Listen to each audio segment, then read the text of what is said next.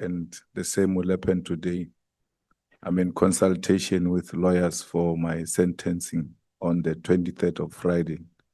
So I don't mean any disrespect when I come in and out of this meeting. The first thing I would like to raise with you, General, is that I appreciate the fact that you're saying you act in a professional manner. But you will know that sometimes police act out of what is expected of them. And that's why we've got institutions like IPID to look at that kind of conduct. And in a situation of Matlala where he says his children were put on the floor and pointed with a gun, and the wife was assaulted and all of that, you'll agree with me that if that happened, that will be wrong. It's an unacceptable conduct that no African child should be subjected to.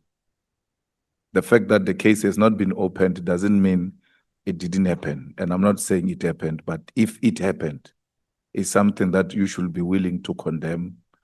And when it was uttered by Matlala, for sure, you would have developed some interest to verify the facts that it really happened in a manner in which Matlala is saying it. General. Thank you. Good morning once again, Honorable Chair, Honorable Member. Indeed, we try by all means to be as professional as possible because we are developing the culture of thorough investigation and developing a culture of engaging whoever the person of interest is. We after the evidence then by Mr. Matlala, indeed one did revisit the reports and then discussions with the operational commander to confirm. But as the honorable member is rightfully pointing out, if there are allegations maybe that are beyond our view from the reports that we receive from the team, Mr. Matlala then is allowed to come forward, not to us, but through the structures like IPID to lay complaint. Thanks, General. When you got arrested at the airport, how did you feel about it, that you get to be subjected to that kind of treatment as a senior police officer? Did you know about it before? And why do you think they treated you the way they did? Because ordinarily, when a person is senior like you, who is not necessarily a fugitive, who you can easily make an appointment with through the lawyer for him to appear, and so on and so forth. What really transpired there? Thank you, Honorable Member. It did not feel right. One had to look back at the investment that one has done in his own integrity for the past 34 years. But then one luckily had a clue, and then one had to understand it as a project targeting the reputation because already the campaign was on targeting both PKTT as well as myself because I'm in charge of both environments, the division as well as PKTT. It did not feel well, but then one had to accept it as it was clear that the objective is really to, because if we may compare, out of all the rest of the junior officers were called to come. I'm the only one who was not called, who was then arrested at the airport the way it happened. And you'll agree with me that arrests like that are not conducted by senior police officers, like a general coming to arrest a general. Ordinarily, it will be a very junior member of the police, junior than you, who comes and effect the arrest. Yes, I agree, Honorable, through you, Honorable Chair, Honorable Member. It was junior members, even the senior investigating officer was not present. So the whole SAPS that is working at the airport was activated. One could hear the discussion then from the arresting officers from IDEC as we are leaving, thanking the shift commanders and the station commander of the airport for well-executed operation. So it was something that was not supposed to be done like that, but it did happen as planned. Do you know the junior who arrested you? Yes, I know my arresting officer. Is there a Sergeant Ndlovu in the PKTT? A Sergeant Ndlovu in the PKTT, there might be one, I cannot but recall as of hand. The one that is coming on to my mind as I talk is the one who was previously with the team from the intelligence collection side. Now that you know this junior arresting officer, did you send any of the PKTT members to the Eastern Cape to surveillance the arresting officer's residence? No, I've never done that. Was there ever such an allegation brought to attention that there is a PKTT member who's surveilling the house of the arresting officer? No, I've never received such a complaint. I would have attended to it. And you will agree that if such a thing happened, it will be somehow something that seeks to, in a way, intimidate the arresting officer or witness in your language. That is correct, Honorable Chair, and we will have to discourage it if it indeed happened. But then one is not in control of, or one cannot say whichever environment is investigating whoever cannot do it then because of that. But if it's done for the purpose of intimidating the arresting officer, it needs to be condemned. It's not right. General, are you aware of the Inspector General of Intelligence findings against you and members of the management of the crime intelligence? And this report has led to the suspension of the Inspector General of Intelligence, which makes certain findings about you. Other than what one picked up on the media, there is no official report and it's not even supposed to be brought to our attention, but one has just read and picked up on the media.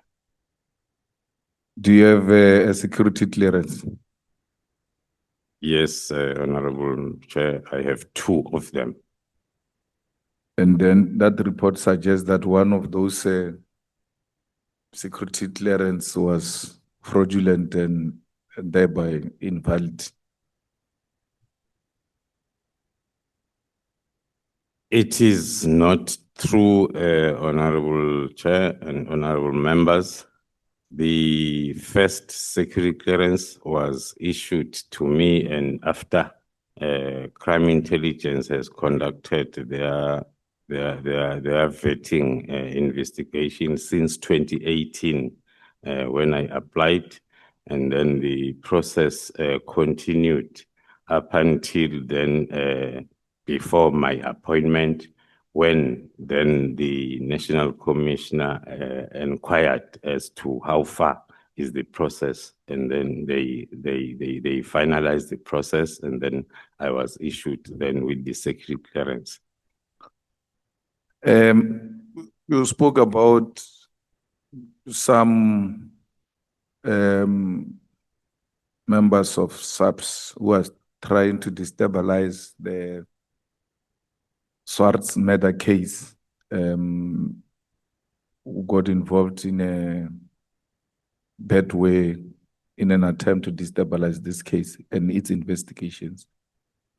Is there anyone who's arrested for that purpose?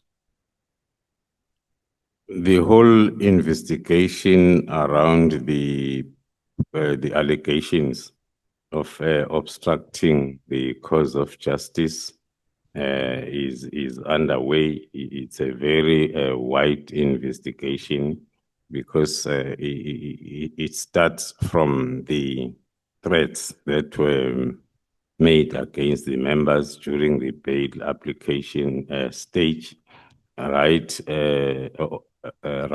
throughout the operation of the 6th. So it is a very wide investigation, but the docket, some of the dockets are already with the NPA for decision. Another allegation you make is that this there were senior members of SAPS who were mingling with the implicated parties or some members of the cartel. And what made many of us so interested in your appearance is that the National Commissioner, when he came here, and General Mkwanas, when they came here, they said, you were going to give us more meat on many things that they've said, including giving us names of the people who might be implicated in some of these things. Who of the senior members of SAPS was mingling with the cartels? And in which events were they found mingling together? The issue of mingling, let me first start, Honorable Chair, by maybe then reminding the House on what I said yesterday. There is a thin blue line between the members of the cartel or any syndicate and then wanting to paint the picture that they are closer to the high-ranking officials or politicians, and also between them being working together. So, as I've indicated, that is still part of the investigation. The senior officers are identified, and then the investigation to determine how far the relationship is ongoing. Yeah, but who are these senior officials who mingle with persons of interest? I mean, I remember one of the witnesses in Madlanga said they got extremely scared when they were invited into a social gathering, and then they found some of these people in a party, even playing music from their phones, as a way of demonstrating that actually they are very familiar with this environment they found themselves in. It shouldn't be a very difficult thing to share with the South Africans that this senior officer was found in a house or in a party of a person of interest. The person of interest who may not mention, but a senior official who's commanding these junior investigating officers, junior in terms of rank compared to them. Some even get instructions from them on how certain things need to be done. The next thing, they find this tax sitting with senior police officials. We should be able to get names because that is the whole idea why we are here. We are not here to just search in the air. We want something that is touchable, something tangible, so that when we leave here, we're able to make the necessary recommendations and say whatever needs to happen to whoever if we find that indeed there is some involvement with wrong people who are involved in destroying the future of our children in this country. Thank you, Honorable Chair, Honorable Members. Referring to the evidence under oath led by witnesses A, B, and C in Madlanga Commission, they are referring to some events where then they will be called to attend some social gatherings, and then they will find then senior officers also being together with their persons of interest in the investigation. They mentioned the provincial commissioner of Gauteng, the Major General Shibiri that I referred on yesterday. I'm not sure because I do not have that as part of my, their statements as part of my bank. When did the National Commissioner ask you to take over the investigation which brought Matlala to your side? When was that? I might not have the exact date, but it is supposed to be around October, November, when then he invited me to a meeting where there was a complaint about that investigation, and then the complainant then was venting the frustrations and unhappiness about the fact that the docket was investigated by the team that was reporting to the Deputy National Commissioner of Crime Detection, of which the allegations during the meeting were he is very close to a person whom the complainant was suspecting to be involved in the kidnapping. It was during that meeting that then the National Commissioner directed that I took over that investigation. So that will be October, November 2025? October, November 2024. 2024. Because we had our operation on the 6th of December. When a National Commissioner was asked a question about whether he knows Matlala or not, early 2025, he said, no, I did not know who the owner of the company was. I also did not know who Vusimuzi Matlala is. But he referred Vusi Matlala to you in October, November 2024. And when asked whether he knows Vusi Matlala, he says, no, I don't know the person. And that is in 2025. Thank you, Honorable Chair. Even myself, I did not know him. He was, I think on my affidavit, I introduced that subject in one of the paragraphs, that the name was introduced to us for the first time during that meeting and then we had then to start our investigation by identifying the person. From the National Commissioner's point of view, the name was mentioned by the complainant in our presence, both of us. So I won't be in a position to indicate if he knew him before that meeting. No, but he referred him to you in October 2024. When he's asked early 2025, he says, I don't know such a person. Yes, Honorable Chair, as I'm indicating, one cannot be sure whether knowing was in reference to knowing a person physically, or knowing that there is a Vusi Matlala. The name, as I've mentioned, was mentioned to both of us by the complainant during that meeting. From my side, I can confirm that it was for the first time hearing about the name Vusi Matlala. So they referred the matter in relation to the case of Mr. Jerry Bogasho. That is correct, Chair.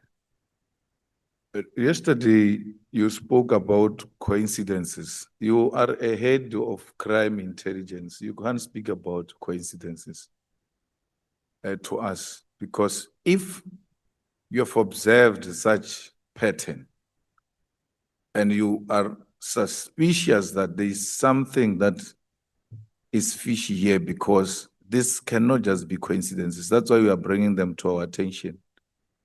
You run an operation on the 6th of December, and then at the same time, a person, Advocate Johnson, writes a letter demanding the dockets. And then you say it's a coincidence. A head of intelligence can't speak like that.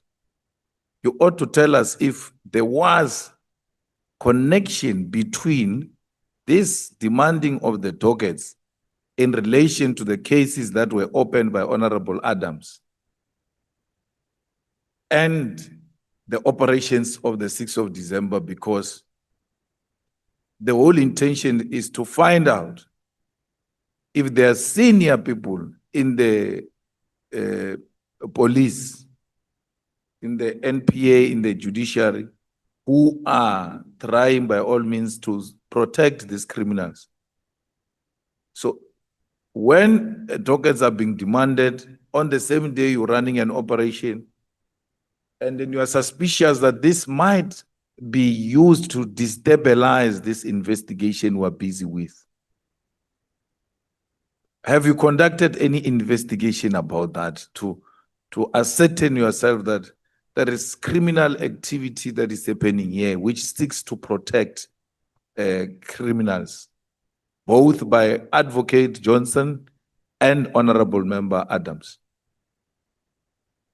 Thank you, Honorable Chair.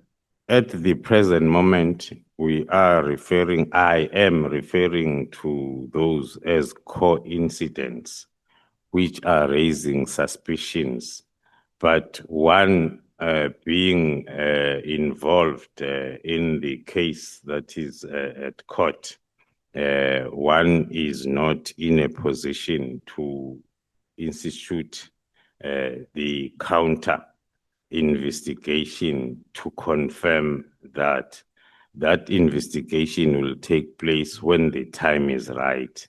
Hence, now we are referring to those coincidents as suspicions. So the story that you tampered with, not necessarily you, but that Matlala's phones were tampered with, an allegation made by Advocate Johnson and Matlala himself, that story is not correct. According to us, that story is not correct. We have the proof and the statement from our digital forensic as to activities that we conducted on those phones. Whoever is alleging the deleting and then has to also come with a proof from their independent DFI. So you will suggest that Advocate Johnson and Matlala lied under oath? From our, we will point. We conducted the operation. We were not aware that the subject of investigation might be a person of interest to so many people and institutions that might at the later stage be interested in the cell phones. But for our investigation, it will be defeating our own investigation if we can delete even a full stop in one of those gadgets. That phone of Matlala, which was found in the cell, did you also do some forensic on it? That is correct, Honorable Chair. Do you confirm that Mr. Brown Mokhodzi and the minister's conversation of any arrest affected, you speak about it in 155, that was not about Stelfontein? According to, thank you, Honorable Chair, according to our analysis of the communication, we confirm that it flows from the discussion of IPID expected to effect some arrests. And then as then it comes towards the end as a response to the discussion that is starting earlier on as I presented on my statement. Hence then I concluded in my statement that it cannot be possible that that arrest was related to the Stilfontein issues. So Minister lied under oath that he was talking about Stilfontein? Unless then they can be a proof like we are producing in the form of that communication and interaction and responses. So do you confirm that there are journalists who are also involved in this kind of activities to protect these cartels? We have identified some that we believe that they might be part of the communication department of the cartel, and then the investigation is still ongoing on that part. In your own opinion, the disbandment of PKTT was to protect the cartels? Up to so far, we are convinced, based on the reasons that are contained in my statement, that before the first takedown on the 6th of December, one had never received any complaint or any issue, negative issue around the PKTT. So it came as a surprise, but then with the understanding that the only reason might be that the PKTT assisted the GCI ops in Gauteng. The National Commissioner, when he came, he said, you are going to give us names of the politicians you are investigating. Are you able to share those names of politicians who might be involved in corruption that you are investigating? As I've indicated during my testimony, Honorable Chair, that as per the legal framework, we are not allowed to identify a subject of investigation until the investigation is finalized. And then... Thank you so much, honorable members. Any judge?